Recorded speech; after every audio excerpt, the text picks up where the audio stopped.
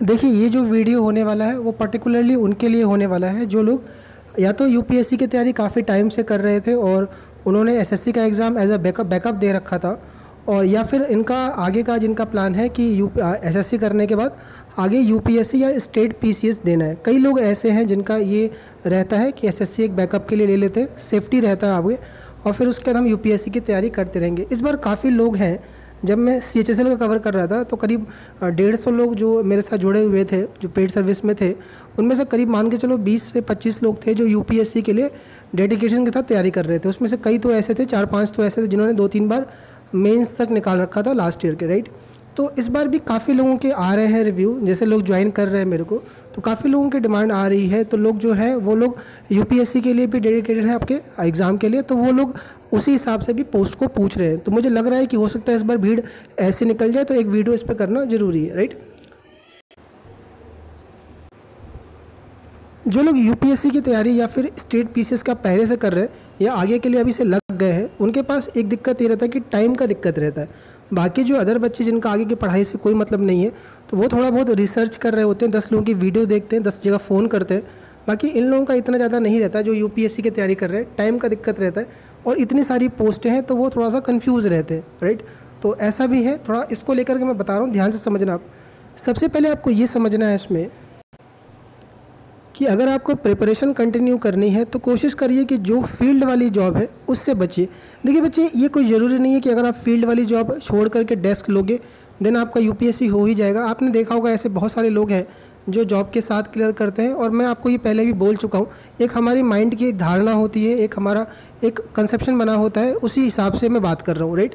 तो इस पर आप बहुत सारे आर्गूमेंट हो सकते हैं, लेकिन इस चीज़ को हटा करके आप देखिएगा, राइट। अगर किसी के पास कोई ऑप्शन ही नहीं है, जैसे डबल ए के अलावा कोई ऑप्शन ही नहीं है और उसको यूपीएससी ही देना, तो आपके पास तो कोई दिक्कत ही नहीं है, आप डबल ए भरिए। किसी के पास जेएसओ का कोई ऑप्शन नहीं है तो आप जेएसओ ही लोगे, वो तो नो डाउट आपको लेना ही पड़ेगा। लेकिन अगर ऑप्शन है आपके पास, देन आप कंसीडर कर सकते हो। अगली बात आपको ये भी समझनी है कि अगर आपकी डेस्क जॉब में पोस्टिंग है तो इसका ये भी मतलब नहीं कि सारी डेस्क जॉब में आपको टाइम मिल जाता है या ऑफिस टाइम में आपको पढ़ने दिया जाएगा, राइट। ये डिपेंड करता है आपकी पोस्टिंग किस जगह पर हुई है डेस्क जॉब में भी। ऐसे बहुत सारे डेस्क जॉब है जहाँ पर वर्कलोड रहता है, या ऐसे बहुत सारे ऑफिस हैं जहाँ पर आपका सीनियर स्टाफ या आपका सपोर्टिंग स्टाफ आपको स्टडी नहीं करने देगा या स्टडी का माहौल नहीं रहता है, राइट। कई मिनिस्ट्री ऐसी भी रहती है जहाँ पर पूरा दिन टाइम रहता है, आपको आधे घंटे भी काम रहता है आपको, तो ये भी आपको ध्यान में रखने वाली बात है। लेकिन फिर भी अगर हम देखें, कंपेयर करें, तो ये देखा गया है कि जो डेस्क जॉब होती है उसमें एक सबसे खास बात होती है वो फिक्स टाइम वाला, कि 9 से 5:30 वाला रहता है। फील्ड वाले में थोड़ा सा रहता है, हेक्टिक रहता है।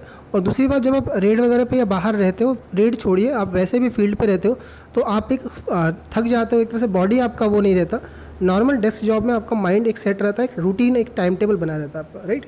चलिए स्टार्ट करते हैं। उससे पहले आपको बता दूं, अगर आपको प्लीज़ अगर आपको कंटेंट पसंद आता है, मेरी बातें आपके मेरे बताए हुए चीज़ें आपके लिए हेल्पफुल है, प्लीज़ चैनल को ज़रूर सब्सक्राइब करिएगा। चैनल को सब्सक्राइबर की वाकई ज़रूरत है, तभी मुझे कहना पड़ रहा है। आप पहले की वीडियोस देखोगे इस महीने या 2 महीने पहले के, तो आपको कभी भी इस चीज़ के लिए बोलना नहीं पड़ा, क्योंकि यूट्यूब के रिकमेंडेशन में ऐसी चीज़ें आती हैं तब बोलना पड़ता है। सबसे पहला इसमें पोस्ट आता है आपका जो स्टडी के लिए अच्छी मानी जाती है, वो है एएसओ वाली पोस्ट है। देखिए, एएसओ की बोलिए चाहे असिस्टेंट की पोस्ट बोलिए, लिस्ट में आपको मिल जाएगी। तो एएसओ केवल सीएसएस ही नहीं, बाकी अदर मिनिस्ट्री के अंदर भी, सीएसएस के अलावा भी बाकी बहुत सारी मिनिस्ट्री, जैसे कि मिनिस्ट्री ऑफ आपका माइंस हो गया, जैसे मिनिस्ट्री ऑफ का आईटी हो गया, उसके अलावा आपका इलेक्शन कमीशन है आपका, ऐसे बहुत सारी मिनिस्ट्री ऑफ बहुत सारी मिनिस्ट्री आपकी चेक करना आप, ठीक है। और असिस्टेंट की भी पोस्ट हैं बहुत सारी, राइट। तो इन सब की जो पोस्ट होती है वो सारी ही डेस्क जॉब होती है। नॉर्मली इसमें कम ही काम रहता है, लेकिन आपको ये समझना है कि अगर आप सीएसएस ले लिए तो आपकी सारी मिनिस्ट्री में वर्कलोड एक जैसा नहीं है। सीएसएस में जो मिनिस्ट्री मिलती है वो आपके हिसाब से नहीं रहता, वो वहाँ से डिसाइड होता है कि कौन सा आपका मिलेगा। तो कई बार लोगों को ऐसी मिनिस्ट्री मिलती है जहाँ पर काम रहता है, कई लोगों को ऐसी मिनिस्ट्री मिल जाती है जहाँ पर वाकई काम नहीं रहता, तो वहाँ पर आप स्टडी कर सकते हो, राइट। ऐसे एएसओ आपका आईबी के लिए भी है, ऐसा सेम सीन है, राइट। तो ये आपको थोड़ा समझने की ज़रूरत है कि थोड़ा सा वर्क रहता है आपका अगर आपकी कुछ मिनिस्ट्री अच्छी सी है। लेकिन एक बात यहाँ पर ध्यान रखने वाली है कि जितना आपका मिनिस्ट्री कम फेमस है, देखिए जैसे मिनिस्ट्री ऑफ आपका वो हो गया होम अफेयर्स हो गया, और उसके अलावा मिनिस्ट्री ऑफ डिफेंस हो गए, या इस तरह की जितनी भी मिनिस्ट्री आपकी है जो बड़ी मिनिस्ट्री है, मिनिस्ट्री ऑफ फाइनेंस हो गया आपका, ठीक है, इनमें थोड़ा काम रहता है आपका, राइट। बाकी जैसे जो थोड़े से मिनिस्ट्री कम है आपके हैं उनमें थोड़ा सा वर्कलोड कम रहता है आपका, ये समझने की बात है आपका। मिनिस्ट्री ऑफ हाउसिंग अफेयर हो गया आपका, उनमें बताते हैं लोग जो काम करते हैं कि पूरा दिन टाइम रह जाता है, मिल जाता है आपको। कुछ लोग तो ऐसे ही बताते हैं। अब मिनिस्ट्री बहुत सारी आपकी हैं कि उनमें आपको आधे घंटे का भी काम है। कई बार तो ऐसा भी होता है कि सीनियर भी कहते हैं पढ़ने के लिए आपके, क्योंकि आपके ऑफिसर जो आपसे हाई ग्रेड पे रहते हैं सब यूपीएससी या सीनियर आईएएस होते हैं, तो वो आपको खुद मोटिवेट करते हैं आगे के स्टडी के लिए, राइट। इसमें देखो यार, जो एएसओ सीएसएस है और कुछ एएसओ है जो दिल्ली वाली है, मैंने कल एक वीडियो डाली थी, देख लीजिएगा आप, राइट, चैनल पे पड़ा होगा। अगर आप ये वीडियो अकेले पहली बार देख रहे होगे तो आप चैनल सर्च कर लेना, मिल जाएगा आपको प्लेलिस्ट में। तो उसके अलावा अगर आपको बाहर भी मिलती है, जैसे मिनिस्ट्री ऑफ माइंस की बाहर है आपकी, आईटी वाले की बाहर है, और भी असिस्टेंट है उन सब की बाहर है आपकी, तो इलेक्शन कमीशन आपका है, उसके अलावा आपका वो है क्या नाम है, आईबी वाली है। तो इनकी पोस्टिंग अगर बाहर भी होती है तब भी आपके लिए मैनेजेबल है, बिकॉज डेस्क जॉब में अब यूपीएससी के लिए बहुत सारे लोग जो मुझे मैसेज कर रहे हैं उनके लिए अब दिल्ली वाला लोकेशन इतना ज़्यादा इंपॉर्टेंट नहीं है, बिकॉज जब से ये स्टडी वाला ऑनलाइन हुआ है तो उनका ये कहना है कि कंटेंट हमारे पास है, बस टाइम चाहिए होता है, तो कोई ऐसी दिक्कत नहीं है। कहीं दूसरी स्टेट भी मिल जाएगा, वर्कलोड नॉर्मल है तो हम कंटिन्यू कर सकते हैं, राइट। यार दूसरी जो पोस्ट आती है उसके बाद वो आती है डिविजनल अकाउंटेंट की। देखो डिविजनल अकाउंटेंट कई लोगों की नज़र में है। एक तो वो जो लोग इसको यूपीएससी के लिए देख रहे हो, यूपीएससी वालों के लिए बेस्ट है। सबसे खास बात यही रहती है कि ऊपर आपका कोई अथॉरिटी मतलब सीनियर बॉस नहीं रहता, एक तरह से समझो आप। हाँ, एग्जीक्यूटिव इंजीनियर रहता है, उसको रिपोर्ट करना होता है, लेकिन मैंने पहले बताया आपको वो स्टेट को रिप्रेजेंट करते हैं और आप सेंट्रल गवर्नमेंट को रिप्रेजेंट करते हो, तो वहाँ पर भी बॉस होता है, लेकिन इतना नहीं रहता जितना प्रेशर बाकी आप दूसरों में देखोगे थोड़ा सा रहता है आपका। दूसरा ये रहता है इसमें कि ये पोस्ट चढ़ी होती है उनकी नज़र में जो लोग होम स्टेट को देख रहे हैं, मतलब यूपीएससी तो नहीं है लेकिन उनका होम स्टेट है, क्योंकि इस बार वैकेंसी अच्छी खासी है। और तीसरा वो नॉर्मली लोग जिसे पोस्ट कोई खोजता है आपको भरने का, जिसको ना तो होम स्टेट का भी है और ना ही यूपीएससी का है, लेकिन वो अच्छा पोस्ट चाह रहा होता है, तो ये पोस्ट वैसे भी अच्छा है, इसका वर्क नेचर और इसका सब कुछ, तो ये तीनों लोगों की नज़र में चढ़ा हुआ है। तो यार इसकी कट ऑफ थोड़ी सी रह सकती है, कितनी रहेगी मैं उसके रिगार्डिंग बात नहीं कर रहा हूँ, मैं आपको सिर्फ ये बता रहा हूँ आपके नंबर है। देखो भरना तो आपको है, किसको मिलेगा किसको नहीं मिलेगा वो बात अलग है आपका, राइट, वो जिसके मार्क्स है उस हिसाब से मिलेगा, लेकिन आप भर सकते हो, डाल सकते हो, सीक्वेंस की बात हो रही है, राइट। इसमें थोड़ा डेस्क वगैरह मिल जाता है आपको पर्सनल, तो थोड़ा सा स्टडी के लिए आप अपना फ्लो बना सकते हो। यार जो पेड सर्विस थी चल रही है CGL 19 के रिगार्डिंग, अगर आप बिल्कुल नए हो, कुछ नहीं पता है, देन आप ज्वाइन कर सकते हो। अगर आपको पहले से एक्सपीरियंस है, मैं बोल रहा हूँ फिर से, और आपको आइडिया है DV के बारे में और पता है कि कैसे पोस्ट रखनी है, या आपको कोई कन्फ्यूज़न नहीं है, आपको कोई ज़रूरत नहीं है, मैं आपको पहले ही बोल चुका हूँ, राइट। और टेलीग्राम ज्वाइन करके आप मुझे पर्सनल मैसेज करके ये ले सकते हो। जिन्होंने ज्वाइन कर लिया है मैंने आपको कुछ मैसेज भेज दिए हैं, बाकी थोड़ा वेट करिए, CPT की तैयारी भी करते रहिए, बीच बीच में आप तक मैसेज पहुँचता रहेगा। देखिए जो CGA है बच्चे, अगला जो पोस्ट आता है आपका ये 2800 पर आ जाता है। बीच में बहुत सारी पोस्टें बच गई आपके, जैसे इंस्पेक्टर ऑफ पोस्ट एक्साइज, ये सारी जितनी भी इंस्पेक्टर की पोस्ट होती है, मैक्सिमम फील्ड जॉब है आपका, थोड़ा सा इसमें टाइम कम बच पाता है आपका, राइट। अगला जो आता है CGA, देखो CGA के अंदर जितनी भी पोस्टें हैं सब मिनिस्ट्री के अंदर आती है आपकी, और मिनिस्ट्री आपकी अकाउंटेंट देती है CGA, राइट।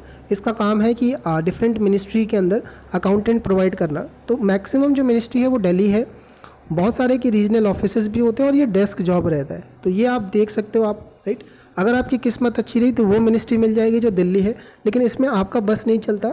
CGA के अंदर रैंडम होता है, किसी को कोई भी मिनिस्ट्री मिल सकती है, दिल्ली वाले भी मिल सकती है, जिनके दिल्ली के बाहर ऑफिसेज वो भी मिल सकती है आपको, वो डिपेंड करता है आपके लक के ऊपर। CGA का सबसे बड़ा दिक्कत यही है आपका, लेकिन जहाँ भी होगे अगर आपको लोकेशन का इश्यू नहीं है तो पढ़ाई यहाँ पर कंटिन्यू कर सकते हो आप।